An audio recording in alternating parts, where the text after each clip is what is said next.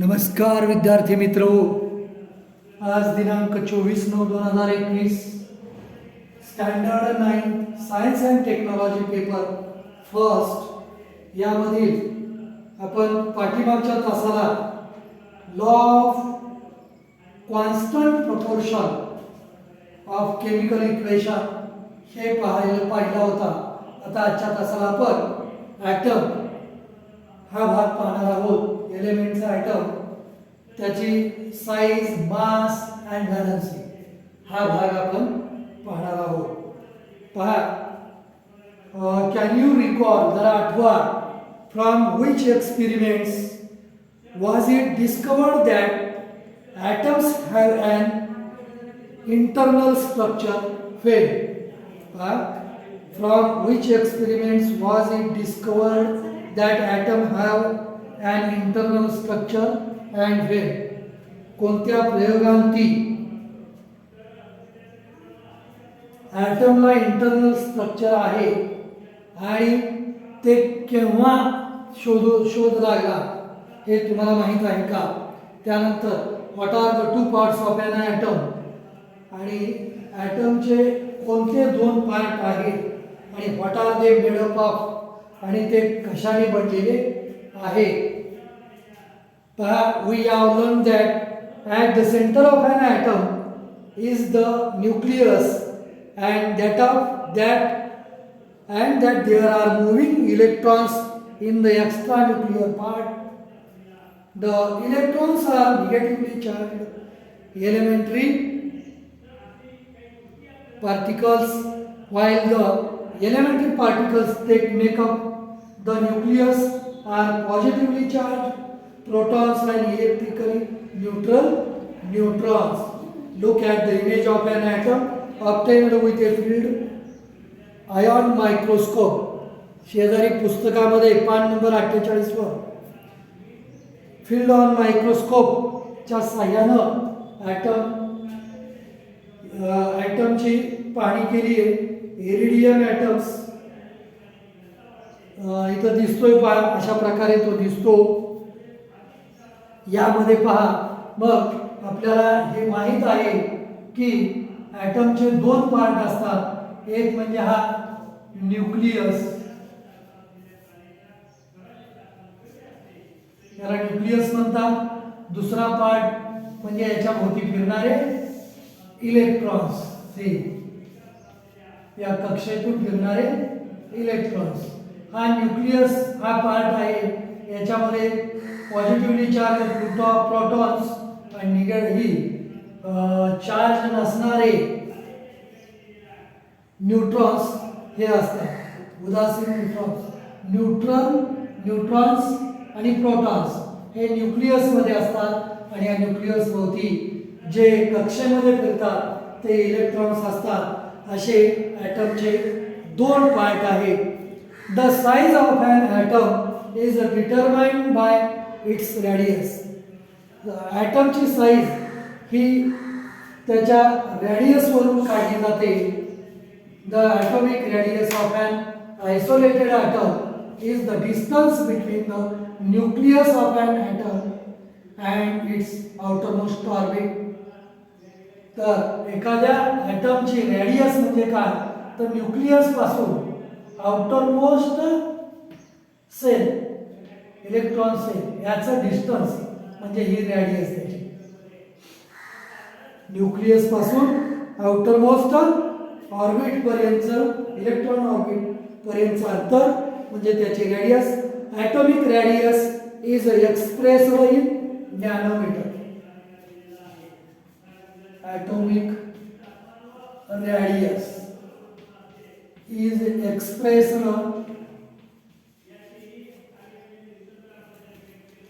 In nanometre. Nanometre मध्ये दर्शवतात. मग पहा, काही पदार्थांच्या ॲटॉमिक रेडियस दिलेले आहेत. त्या अगोदर 1/10⁹ मीटर म्हणजे 1 नॅनोमीटर, आणि 1 मीटर म्हणजे 10⁹ नॅनोमीटर. मग पहा ॲटॉमिक रेडियस काही ॲटमच्या दिलेल्या आहेत.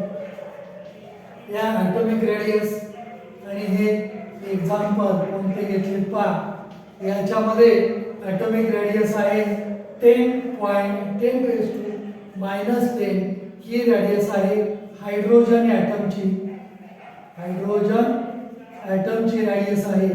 दुसरी 10⁻⁹ ही वॉटर मॉलिक्यूलची रेडियस आहे. आणि तिसरी 10⁻⁻⁸ ही हिमोग्लोबिनची रेडियस आहे.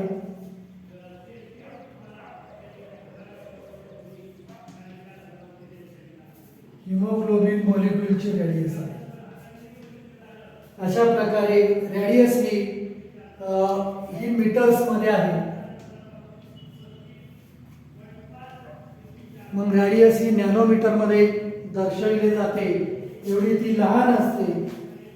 मग पहा पुन्हा atoms are very very tiny. Atoms हे अतिशय लहान आकाराचे असतात. Modern instrument like the electron microscope, field ion microscope, scanning tunneling microscope have the capacity to show enlarged image of the atom. हे तीन मायक्रोस्कोप या ॲटमची इमेज ही लार्ज प्रमाणात दाखवू शकतात, मोठ्या प्रमाणात दाखवू शकतात. The atomic size depends on the number of electron orbits in the atom. एखाद्या ॲटमची साइज ही त्या ॲटम्स मध्ये असणाऱ्या नंबर ऑफ इलेक्ट्रॉन ऑर्बिट्स वर अवलंबून असते. नंबर ऑफ इलेक्ट्रॉन ऑर्बिट्स जास्त तर त्याची रेडियस पण मोठी असते. म्हणजे the greater the number of orbits of electrons the larger the size. म्हणजे त्याची साइज मोठी असते. इलेक्ट्रॉन ऑर्बिटची संख्या जास्त असली की त्याची साइज सुद्धा लार्ज म्हणजे मोठी असते. For example an atom of K is bigger than an atom of sodium. K is bigger than atom of sodium. Sodium पेक्षा पोटॅशियम हा ॲटम साइजने मोठा आहे. If two atoms have the same outermost orbit. आता दोन item असे आहेत की त्यांचे आउटरमोस्ट ऑर्बिट्स काय आहेत? सेमच आहे, दोनच ऑर्बिट आहे. दोनच ऑर्बिट आहे दोघात. मग अशा वेळेला if two atoms have the same outermost orbit, then the atom having the large number of electrons in the outermost orbit is smaller than the one having fewer electrons.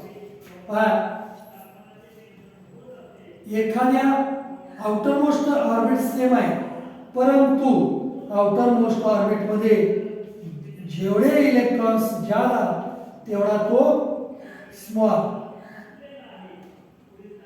म्हणजेच हा item big आणि हा item smaller असतो. दोघांच्याही orbits same आहे, दोनच आहे, परंतु त्या ऑर्बिट्स मध्ये असलेल्या इलेक्ट्रॉनची संख्या ज्याची कमी तो साइज मध्ये असतो. त्याच इलेक्ट्रॉन ऑर्बिट्स मध्ये ज्या इलेक्ट्रॉनची संख्या जास्त तो स्मॉलर असतो. मग if two atoms have the same outermost orbit, then the atom having the larger number of electrons in the outermost orbit is smaller than the one having fewer electrons in the same outermost orbit. For example, an atom of Mg is smaller than an atom of sodium. सोडियमच्या atom पेक्षा मॅग्नेशियमचा item हा लहान असतो. आता पुढचा भाग जो आहे तो पुढचा भाग आहे the mass of an item.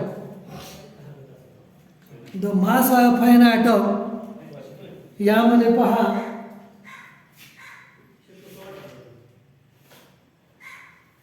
म्हणजे ॲटमचं मास पहा. The mass of an atom is concentrated in its nucleus. ॲटमचं मास हे कुठं कॉन्सन्ट्रेटेड झालेलं असतं तर या न्यूक्लियसमध्ये कॉन्सन्ट्रेटेड झालेलं असतं. And it is due to protons and neutrons. आणि का तर त्याच्या केंद्रकामध्ये असणाऱ्या प्रोटॉन्स आणि न्यूट्रॉन्सने याचं सर्व मास हे या न्यूक्लियसमध्ये केंद्रित झालेलं असतं. If the number of protons and neutrons, मग प्रोटॉन्स आणि न्यूट्रॉन्स यांची संख्या म्हणजेच P प्लस N यांची बेरीज in the atomic molecule is called the atomic mass number. मग न्यूक्लियसमध्ये असणाऱ्या प्रोटॉन आणि न्यूट्रॉनची बेरीज म्हणजेच त्या ॲटमचा ॲटॉमिक मास असं म्हटलं जातं. मग पहा the number of proton plus neutron in the atomic molecule is called the atomic mass number. Protons and neutrons are together called nucleons. Protons आणि न्यूट्रॉन्स या एकत्रित भागाला काय म्हणतात तर न्यूक्लियॉन्स असं म्हणतात. काय म्हणतात nucleons. And atom is a very very tiny. Atom हा अतिशय लहान असतो. Then how do we determine mind its mass. मग त्याचा मास आपण कसा काढू शकू. Scientist too struggled with this question. Scientist शास्त्रज्ञ सुद्धा या प्रश्नाने भेडसावून गेलेले होते. It was not possible for scientist of the 19th century to measure atomic mass accurately. पहा इट वॉज नॉट पॉसिबल म्हणजे हे शक्य नव्हतं कधी 19th सेंचुरीतील सायंटिस्टला की काय तर to measure atomic mass accurately. Atomic mass हे ॲक्युरेटली मोजणं हे 19व्या शतकातल्या सायंटिस्टला सुद्धा पॉसिबल झालं नाही. Therefore the concept of relative mass of an atom was put forth. म्हणून कुठला कन्सेप्ट गृहीत धरण्यात आला तर relative mass of an atom was put forth. A reference atom was required for expressing the relative mass of an atom. मग reference म्हणून एका ॲटमचा मास हे गृहीत धरून त्याच्या किती पटी दुसरे ॲटम्स आहेत हे सांगण्यात आलं. The hydrogen atom being the lightest.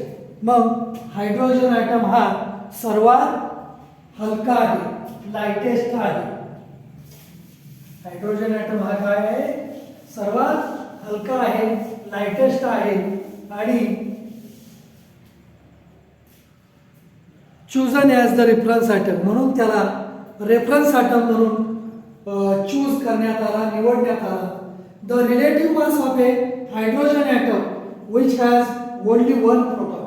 मग हायड्रोजन ॲटमचा रिलेटिव्ह मास हा काय घेण्यात आला तर 1 घेण्यात आला. का तर त्याच्यामध्ये ओनली वन प्रोटॉन आहे म्हणून in its nucleus was accepted as 1. म्हणून त्याचा ॲटॉमिक मास हा हायड्रोजनचा 1 धरण्यात आला.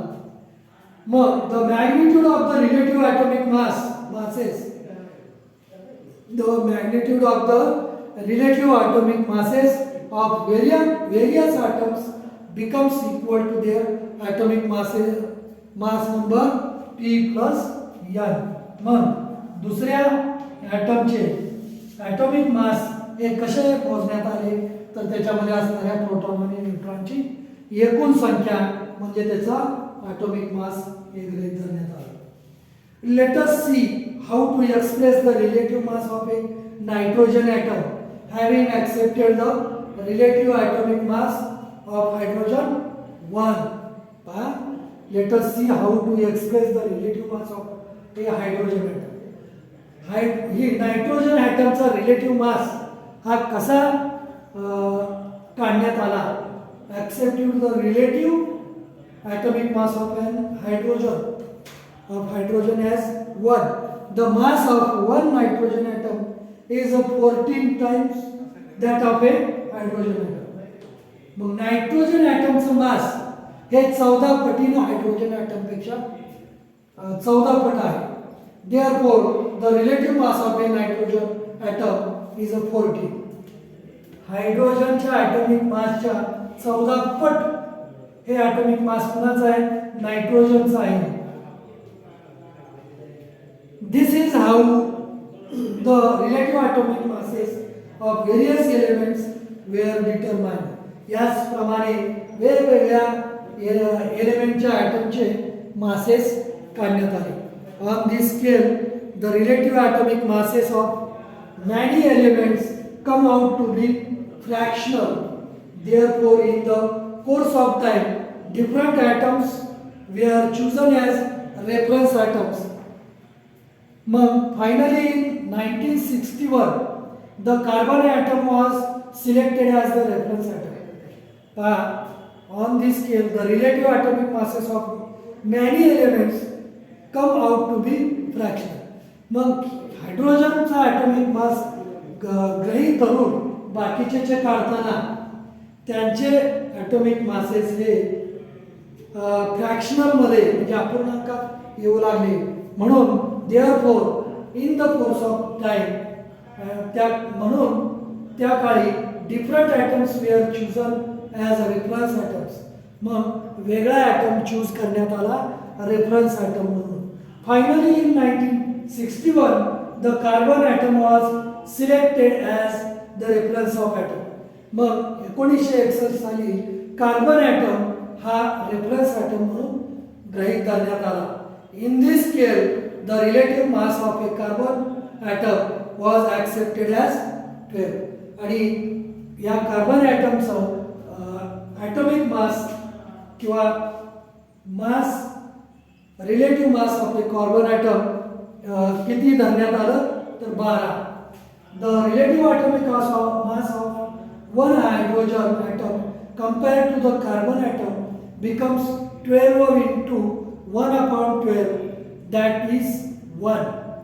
The mass of one proton and one neutron on the scale of relative atomic masses is approximately 1. मग एक न्यूट्रॉन आणि एक प्रोटॉन मिळून जे ॲटॉमिक मास तयार होतं त्याला अप्रॉक्सिमेटली म्हणजे जवळजवळ 1 समजण्यात आलं. आता खाली काही the relative atomic masses of some elements in the chart below are given. You have to find the relative atomic masses of the others. पहा हायड्रोजन ॲटॉमिक मास 1, हेलियमचा 4, लिथियमचा 7, beryllium 9, boron 11, carbon 12, nitrogen 14, oxygen 16, fluorine 19, neon 20, sodium 23, magnesium 24, aluminium 27, silicon 28, phosphorus 31, sulphur 32, chlorine 35.5, argon 40, potassium 39 आणि calcium 40. अशा रीतीने काही मूलद्रव्यांची atomic masses या ठिकाणी दिलेली आहेत. मग today we have highly accurate methods for measuring the mass of an atom directly. मग आज आपण डायरेक्टली ॲक्युरेट ॲटॉमिक मास काढू शकतो. Hence instead of relative mass, या रिलेटिव्ह मास व्यतिरिक्त आपण डायरेक्टली ॲटॉमिक मास काढू शकतो. Unified mass has now been accepted as the unit of atomic mass. It is called Dalton. Dalton हे युनिट ॲटॉमिक मासचं घेण्यात आलं. Its symbol is U. 1U is equal to 1.66053904 into 10 raised to minus 27 kilogram एवढा आहे 1 डाल्टनमध्ये. आता आपण यामध्ये atom size, mass and valency हा भाग पाहिला. पुढच्या तासात आपण केमिकल सिम्बॉल्स ऑफ एलिमेंट्स हा भाग पाहणार आहोत. आज आपण या ठिकाणीच थांबूया. धन्यवाद.